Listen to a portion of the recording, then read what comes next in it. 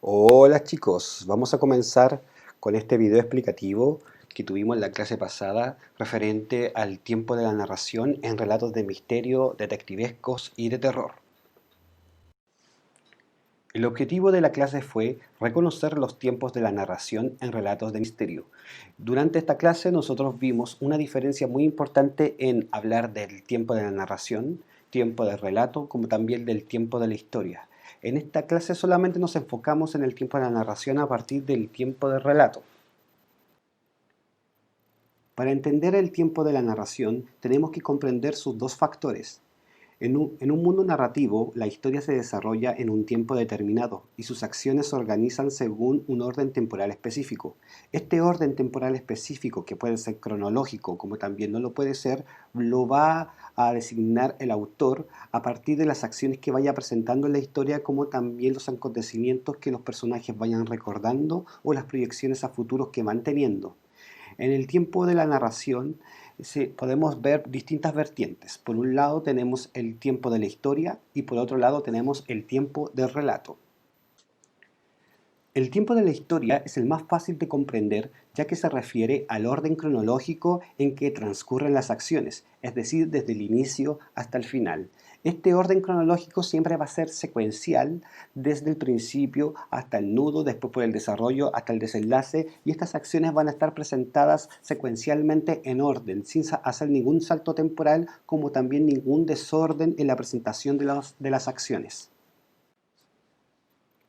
Por otro lado, tenemos el más complejo de entender, que es el tiempo de relato. El tiempo de relato es el orden en cómo se presentan las acciones, ya que vimos recién que el tiempo de la historia puede ser presentada en orden cronológico y secuencial, pero el tiempo de relato no es así, puede estar presentado de distintas maneras dependiendo de la intención del autor. A su vez, el tiempo de relato también realiza saltos temporales para ir explicando al lector algunos sucesos que fueron aconteciendo a lo largo de la historia. A estos saltos temporales nosotros les vamos a llamar anacronía. Como les acabo de explicar, el tiempo de relato se divide en anacronía y orden, pero en esta clase solamente nos vamos a centrar en el concepto y en los componentes de la anacronía a través de las rupturas y los saltos temporales.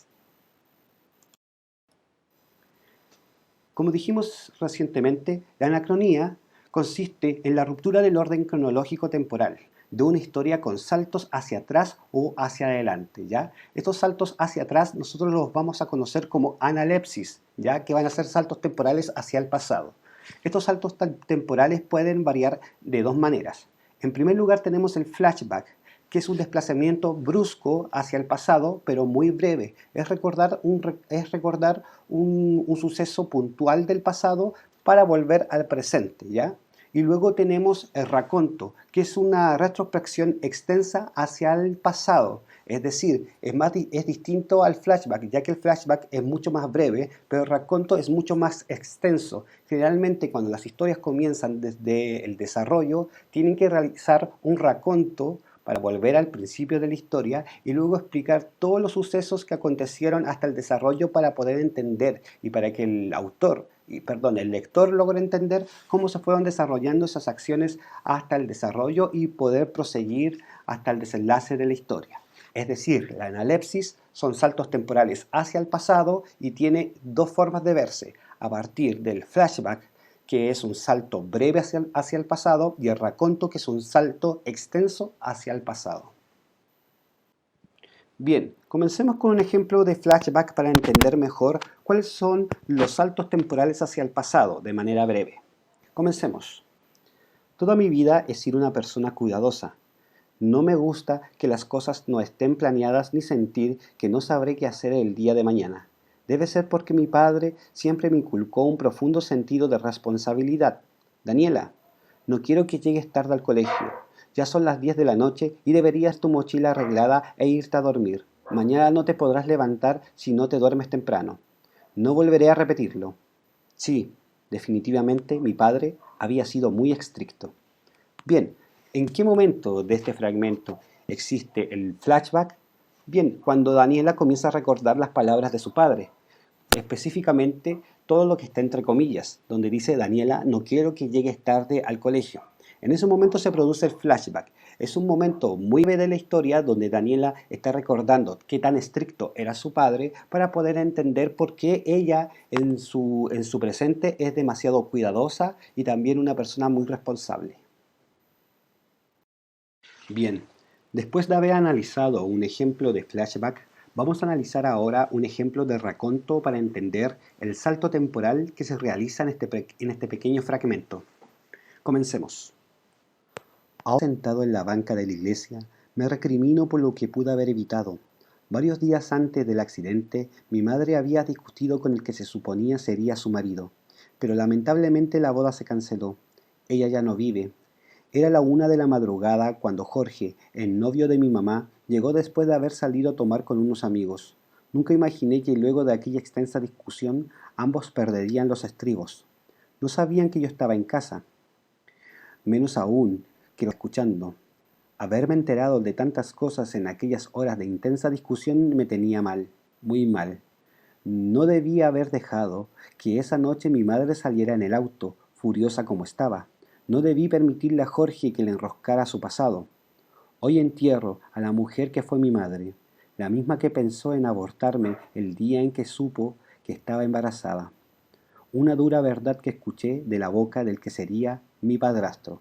Bien, aquí en el raconto, como ustedes ya analizaron en la clase anterior, podemos darnos cuenta que el fragmento completo es un raconto, ya que está recordando no solamente el entierro de su mamá, sino que también está recordando cómo el personaje se enteró sobre la verdad que realmente su madre le quería ocultar. Por tanto, el fragmento completo está escrito en raconto.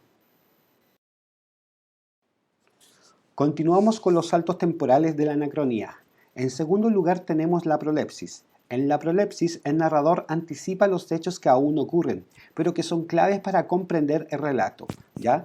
De esta manera tenemos solamente una vertiente o un concepto que tenemos que analizar, que es el flash forward. El flash forward corresponde a la proyección hacia el futuro de forma breve. De esta manera, el autor anticipa las acciones que vayan a suceder en la historia, como también realiza algunas decisiones importantes en base a estas proyecciones que podrían suceder si es que el personaje realiza cierta acción a lo largo del relato, ¿ya? El flash forward solamente va a ser una proyección breve, una especie de flashback hacia el pasado, pero esta vez nos va a tocar hacia el futuro. Ahora leamos un ejemplo de flash forward para entender cómo se realiza la anticipación o la proyección de las acciones a partir del pensamiento de este personaje. Comencemos. Eran las 6 de la madrugada. Me levanté aún somnoliento y bajé las escaleras para prepararme un café. Sentado en la cocina, mirando por la ventana mientras tomaba pequeños sorbos del amargo brebaje, un pájaro se posó en una de las ramas del árbol del patio. Al mirar sus ojos negros, me vi a mí mismo al borde de un abismo, mirando hacia la nada con la clara decisión de lanzarme al vacío. Cerré los ojos. Al abrirlos, el ave ya no estaba. Aquella mañana, la visión de verme frente al abismo me había ofrecido una alternativa para terminar con el tedio de mi existencia. Bien, como ya lo vimos en la clase, el ejemplo de flash forward era muy claro. Era el momento donde el personaje cierra sus ojos, se ve a sí mismo como el pájaro al borde del abismo y toma la decisión que para tener que acabar con el tedio de su existencia tenía que lanzarse al vacío para poder terminar con este miedo o este mal que lo acechaba. Por tanto, la proyección a futuro o la anticipación de los hechos se realiza cuando él cierra los ojos, se ve a sí mismo en el abismo y toma la decisión de acabar con el tedio de su existencia. Bien chicos, de esto hablamos en la clase anterior. Obviamente durante la clase es mucho más largo, mucho más extenso debido a las preguntas y también las actividades que realizamos, pero estos son los conceptos más claves que ustedes deben conocer referente al tiempo de relato y el tiempo de la historia, como también el tiempo de la narración. Durante la próxima clase vamos a ver el orden en cómo se presentan las acciones a lo largo de la historia, ¿ya? Durante la semana también se estará subiendo el trabajo de lectura de los crímenes de la calle Morgue y no olviden enviar sus trabajos y tareas en formato Word o en fotografías al correo electrónico o por el WhatsApp, ¿ya? Espero que estén bien y los vemos durante esta semana. Cuídense. Chao.